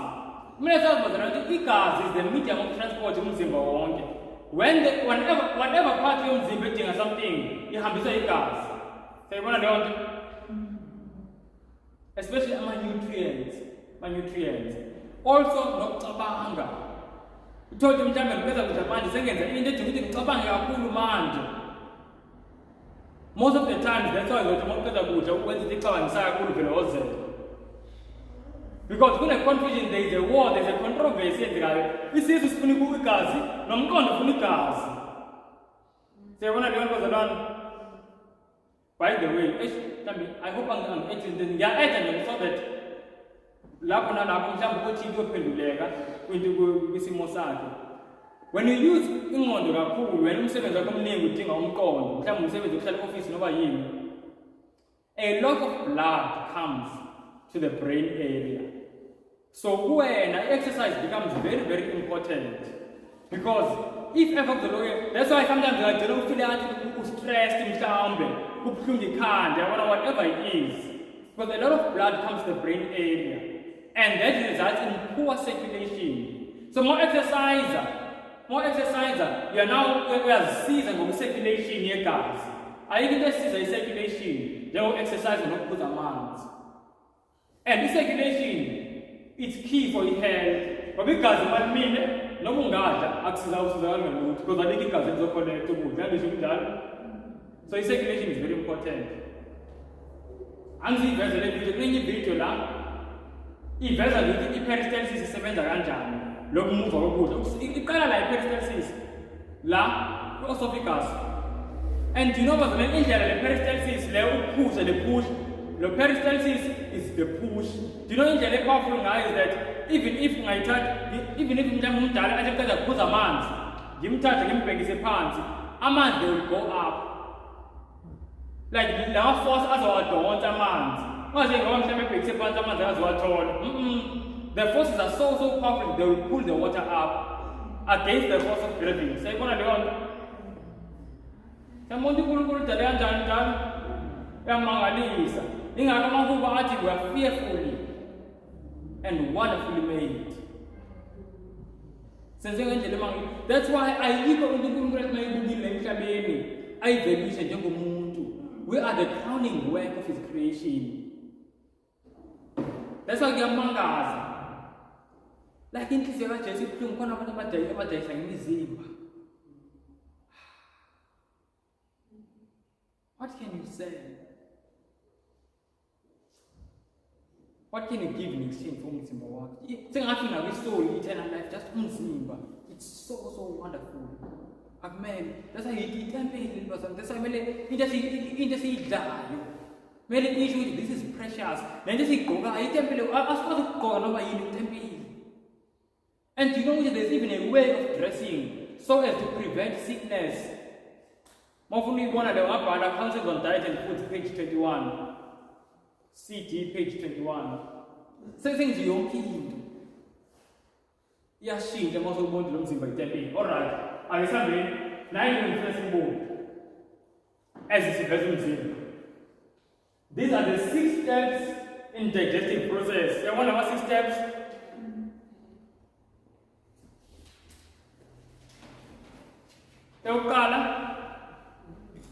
Ingestion. Singapala, must be Singapala. What about videos you are online YouTube? See. Most of these things, because we are just slides and they become very clear with YouTube most actually screen sound, so it's a born and the content. Step number 1 is what? Ingestion. Ingestion, Step number 1 there. Yes, ingestion is included in chewing. That's their favorite part. The way they tasty corn. Must not bring in a single taste. Can you imagine? And you know what the good it stays existing for so many days. Because if you say permanent digestive system, which is a casein, it's nourishing you. They want to do. That's good. You sacrifice the equality of good for so many hours, even for days. You sacrifice that just for the taste of a moment.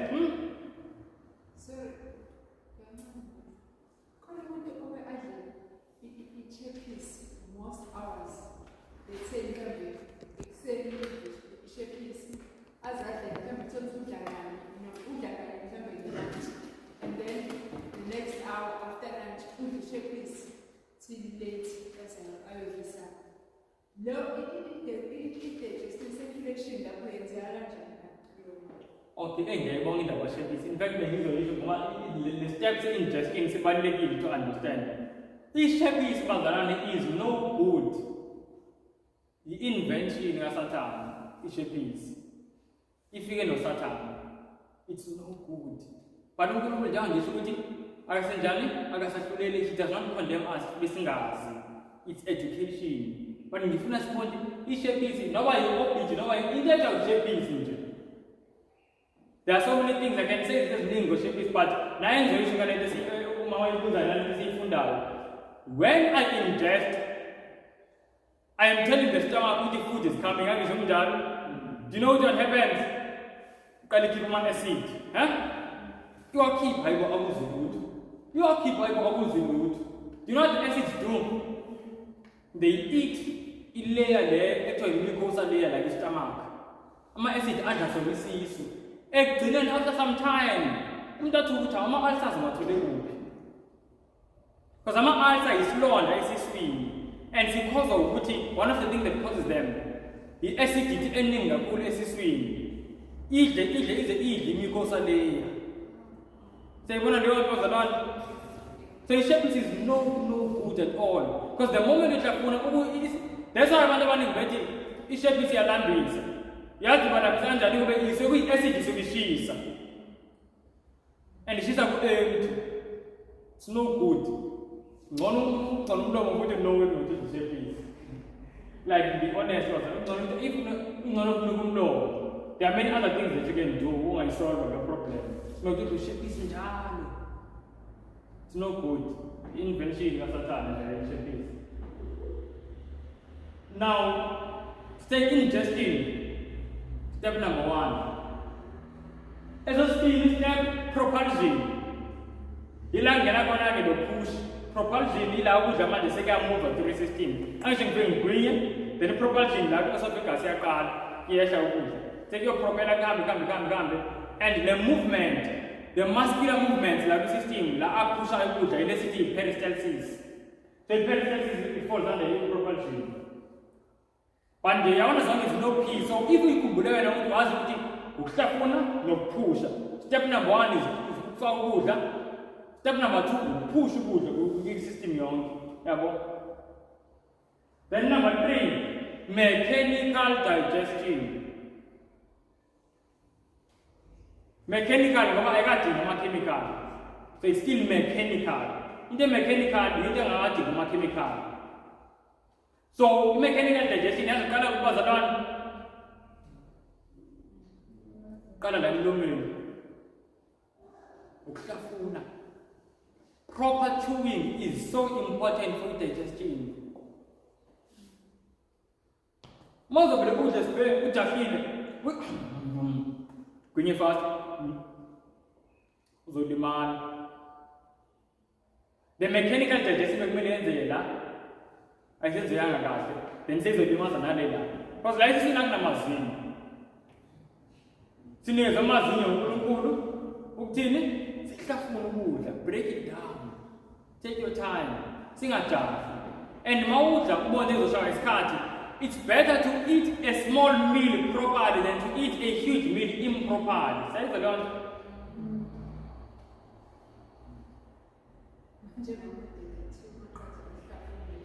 Akela.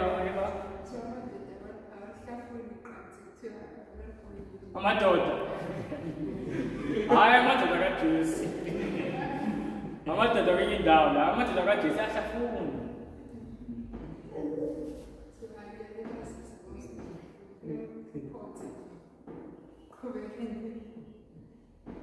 Ingakho amadoda amaningi anezimo. Okay. So mechanical digestion kala lapho we need to chew properly bazalwane. We need to chew properly. And another thing that assists for chewing is the tongue. It's amazinyo, it's the tongue, and also the saliva as well. Very, very powerful saliva. The moment you get something, umzimba uthola sign ukuthi lo release saliva. That's why you need also to drink amanzi. Yazi umzimba wonke usebenza ngamanzi. When you don't drink water, i-health yakho nje asoze ibe right. Water is so important. Nala propulsion amanzi ayadingeka. Seyibona ntombazalwane, umzimba uthatha amanzi ukade waphuzile. And I want to add, kodwa ngikhohlile, ngifuna ukubuyela phezulu kancane propulsion.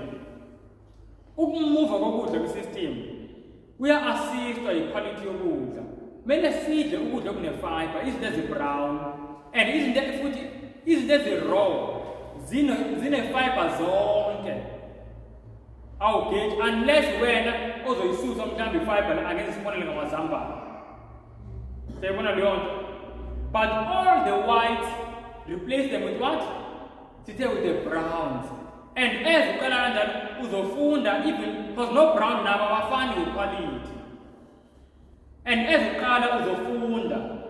You might not know yonke into ezisaqala, but as uqhubeka uzofunda ukuthi hey lona uyi-brown impela kodwa hey inongozi nokuthi. And then you get a better brown. So we are funda, but you need to first make a start. So you want to remember the one? And the start is simple. Replace all the whites with browns. Leyo rule isebenza almost kuyo into except ushukela. Kushukela ngithengi nje no brown awufuneki. Siyakhumbula? Bazalwane yazi ngicela ukufakaza ngento engiyithole this week. You know this week besiphelele uHani lapha ekhaya. Yona nje sidala ukuyisebenzisa ukwenza endaweni yeshukela. Kodwa sinama-dates. Angazi ama-dates siyawazi. Ngangikhuluma nami mamsana ukuthi wawathenga wagcina wabona kanjani angizakho ngiyakhuluma nobani. Mhlawumbe angeke nibe icala zala masingawazi ngoba nami yinto engangayijwayelanga. But ayotholakala kuyitolo like nako Pick n Pay yakhona nako Gorima. It's a fruit, ama-dates is a fruit. very sweet fruit, yabo. So ngathatha ayiblock lawa, a-compacted ayiblock, but ama-PT dates, so akhishiwe ama-seeds. Ngathi ngikuhana ngawathatha ngawafaka emanzini abilayo, ngaqala ngawacrusha, ngawasmasha ngento yakhona. Bazalwane. You know ama-dates kuthe imalini? 7 rand. Do you know the honey malini? 70 rand times 10. Kuphela isonto lonke ngidla that one block is 7 rand, and it is so wonderful.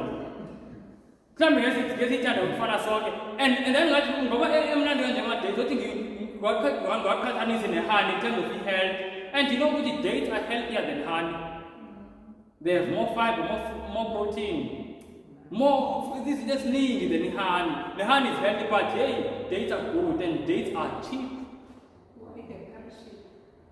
Nasa parish ni wana bekni wafika mama ngidle parish efikile because bengifaka parish amabele bafaka kumnandi yokozana ngingazi meetings wethini wazi wathi kufika umameza Bible study and ngiyathanda Bible study but ngathi mama ngicela uqale ngiqede parish walinda ngiqede bengeke ngilishiyele parish bazalwane limnandi ngilifake nama-sunflower seeds. Now, pumpkin is very, seeds are very important. But saying look at my dates, it's an alternative sweetener and it's very cheap. Because I'm telling you, mom, I'm going to tell you, what I can so done, okay, it's fine. Yes, that's a ganjan. It's actually so obsessing pendu. What I want to team. Akhona dayisa la afike ifruit ehlukene nangisho la engwashoyo la ayiblock ama-PT dates abawacebulile bazila iblock. So mina ngifaka iblock lonke and then ngifake mhlawumbe about almost a cup of water, between half a cup and a cup yabo yamanzi abilayo, then ngaqala ngawasmasha athamba. It's even better mawunento mhlambe hand blender okanye food processor, you can even make them more smooth. But if awunayo, you can still do it. Go to your smash. So that kuphume ushukela. And what's nice about the fruit is that it's fructose and also it's bound fructose. So ushukela uza ne-fiber yawo. So yibona lento bazalwane, it's not dangerous. It's very good. Asiqhubekele.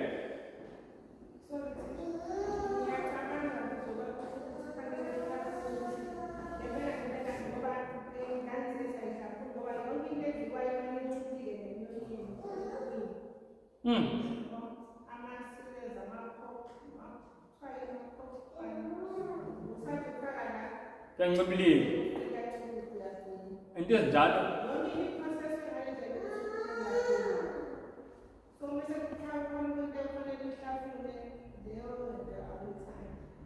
Puncak. And orang dia jalan senengah boleh membeli sekarang namat, usugai, dia seneng. Kalau namat jauh membeli usugai, orang lalu sesi sambil membeli. Like satisfaction of sugar, the someone who will come to sugar, it's satisfaction I use immediately. It's immediate. The as it is an meal. And it's I want a mountain, the was a line, I was sweet and I was chocolate. That is no good. And people are running is already listed as competing, number dates, number fruit and so on.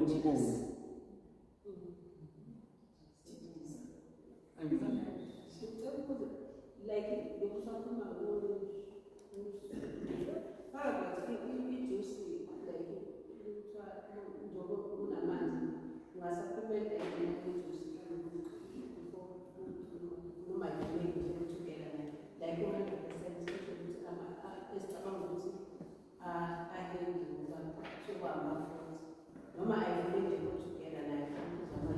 Oh, 100% juice is not 100%. Yeah, nama ngathi baqala kanjani ngoba wathi 100% juice moyijikise move akudinga ukuthi uyise kuma-lab. Mina ngikhuluma ngokuya kuma-lab phela uma ngithi 100% noma ngithi 100% gold ayikho enye into ngaphandle kwe-gold lapho. But lapho kulamathi mawajikise move uride i-ingredients awusina kuma-lab. Zikhona ezinye izinto eziningi, zikhona izinto eziningi mhlawumbe benzela ukuthi uyi-preserve. Now this I will say, The best fruit juice you can make is uzenzela wena. However, a step down ukudlula kuleyo. Ngingathi mhlambe leya kule fruit a step down. Nayo ungayijwayela ukuyidla every day. A step down ile ikhona nenye mhlawumbe ngazi noma sike sibone kobo checkers abathi simply truth into kanjalo ikhona le brand ko checkers abathi simply truth yabo, that's also very good quality juice, but le nenye inabo abo yisho khona le ascorbic acid khona ama acid abafaka just to preserve it yabo, but amanye besides le simply truth naleli fruit amanye seyingozi ngoba they even have added sugar. Sayibona leyo nto, but add even more sugar than what you get from the fruit itself. So they are no good. And the best one is simply truth. Ngoba le if ungayithatha uyifunde le fruit inayo la ekugcineni khona nezibhala flavorings, into flavorings. Asiyazi. So that's why I got 100% lama juice. And akuyona impilo bazalwane. Masithi manzi, you don't replace water with anything. Water is water. Get the best water you can get. If awunayo imali wathenga amanzi, you can drink tap water.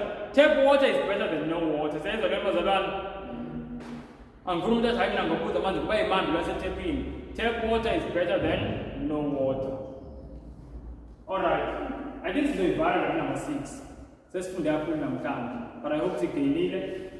The mechanical digestion after propulsion sikhulumile ngayo yona yenzeka la ekuhlafuneni, yenzeka like siswini in the stomach. Kukhona into abathi churning, isisi siyamuva sithi ngathi nasiyazama ukugaya ukudla more and more after sokugwinyile. And then futhi esiswini in the same stomach uqale chemical digestion. And then the chemical digestion kube yenzeka nala emathunjini, intestines. And then lapho sikathatha ukudla sekusuka egazini. Lokuthatha ukudla ukuthi kusuka emathunjini kuye egazini kuthiwa yini? Absorption. Sayibona leyo bazalwane? Absorption. After absorption yini? Ukuthi ukudla manje kuphume phela emzimbeni sekusele i-waste. Defecation. Very important.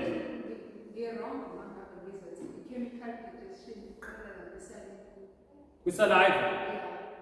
Yeah, that's good, that's true. But it's only of starch. Not everything. But yeah, so it depends as you eat. Yeah, with saliva does do chemical digestion.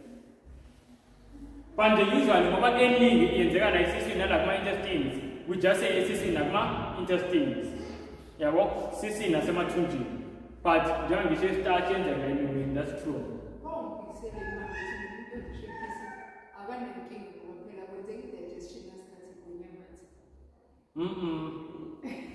Udigesta mati.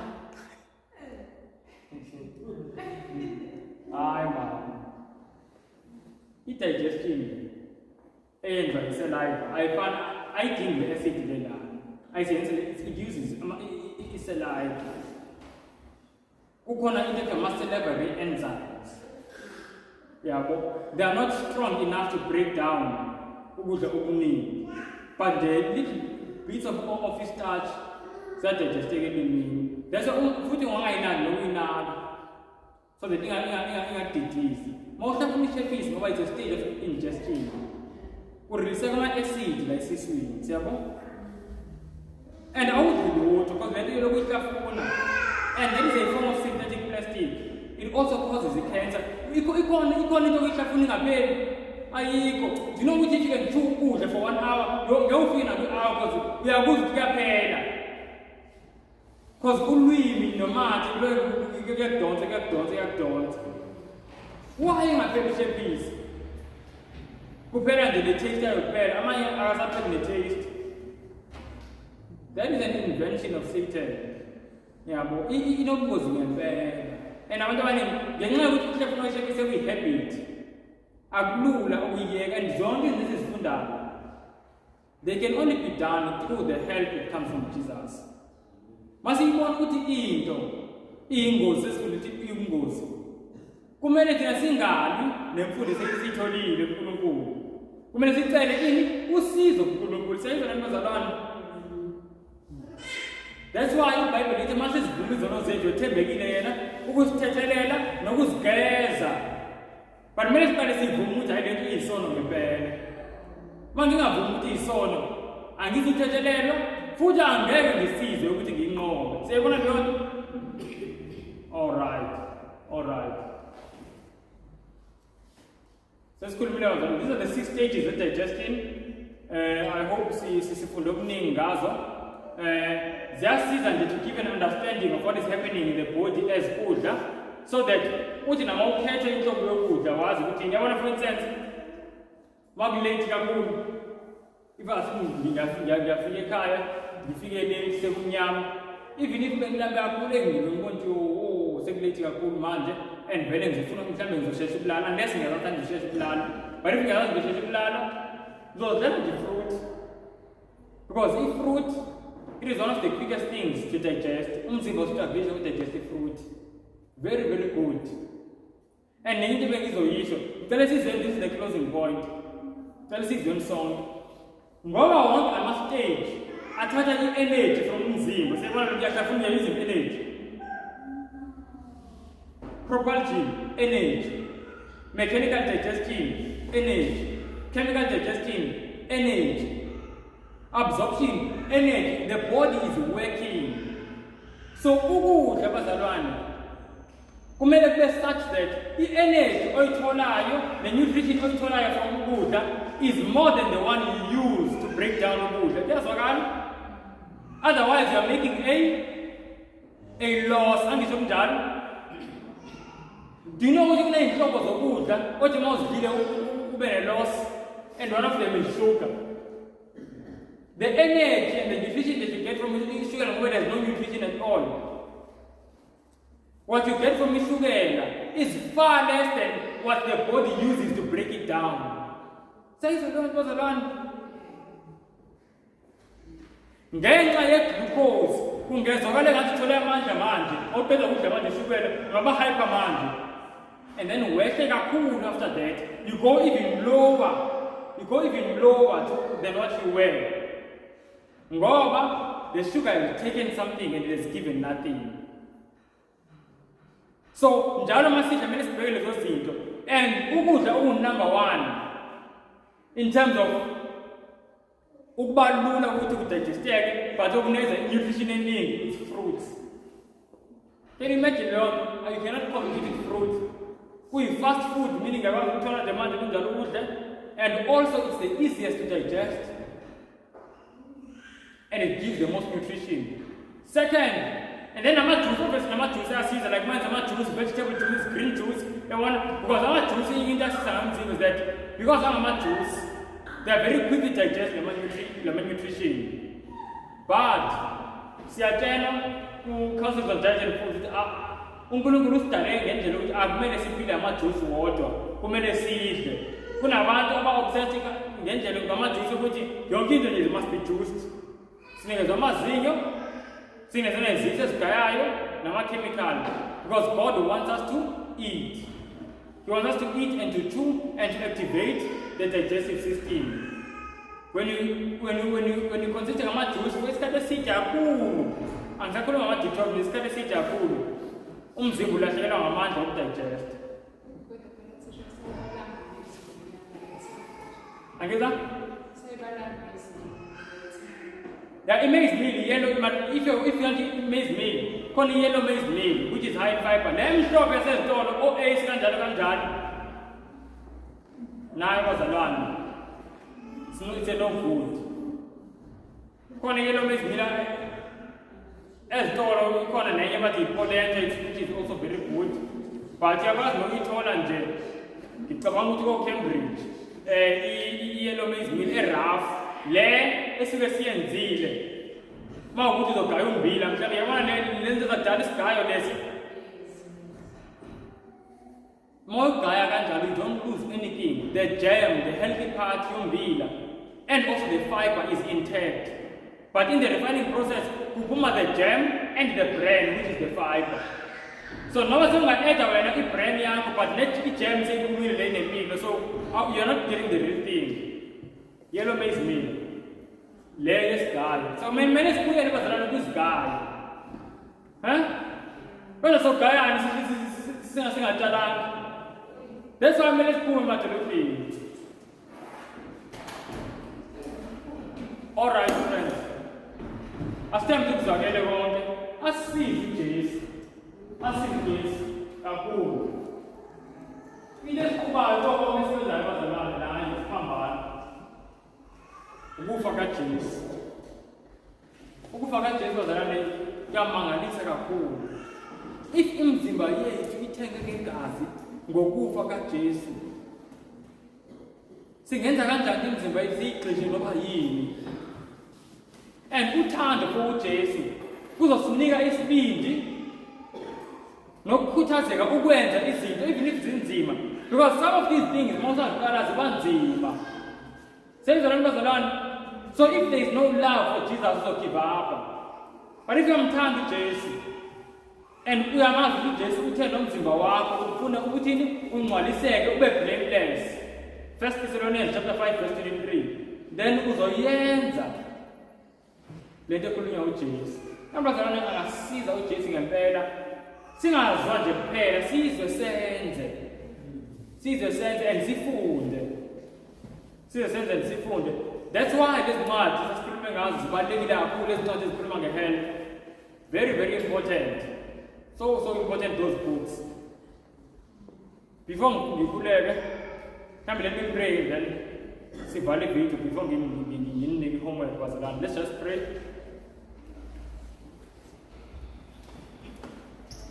Bawona manje boyingcwele, we thank you so much for the lesson osiphe yona Nkosi eye anatomy ne-physiology. Sibone umzimba usebenza kanjani. Thank you so much Nkosi. I know that it is you who has been teaching us. Wona Nkosi ngumntwana, I really don't know anything Lord, but wena unamandla Nkosi, ulwazi lakho luyamangalisa. Wena Nkosi wenzile umzimba such that Nkosi noma kufela bonke odokotela bomhlaba, but xa sisiza kuwe Nkosi there is still hope ngoba uyawazi Nkosi. You have made it and you are able to remake it Nkosi. Sincede sikuthembe. Ngiyacela Nkosi ngegama likaYesu Kristu that even now Nkosi your healing power may be experienced Father. Abagulayo ezibezinikela Nkosi to try indlela zakho zokuphila. Engathi Nkosi nyani you may give power to heal Nkosi emzimbeni yabo. Basibone Nkosi sebengenazo izinto bezikade zibephethe, banike udumo kuwe. Be with us Nkosi as sizophelela nasemakhaya. We really thank you Lord and we love you. And we ask that you just help us with ulwazi silisebenzise for ourselves and also to help others. Sicela konke in the name of Jesus Christ. Amen.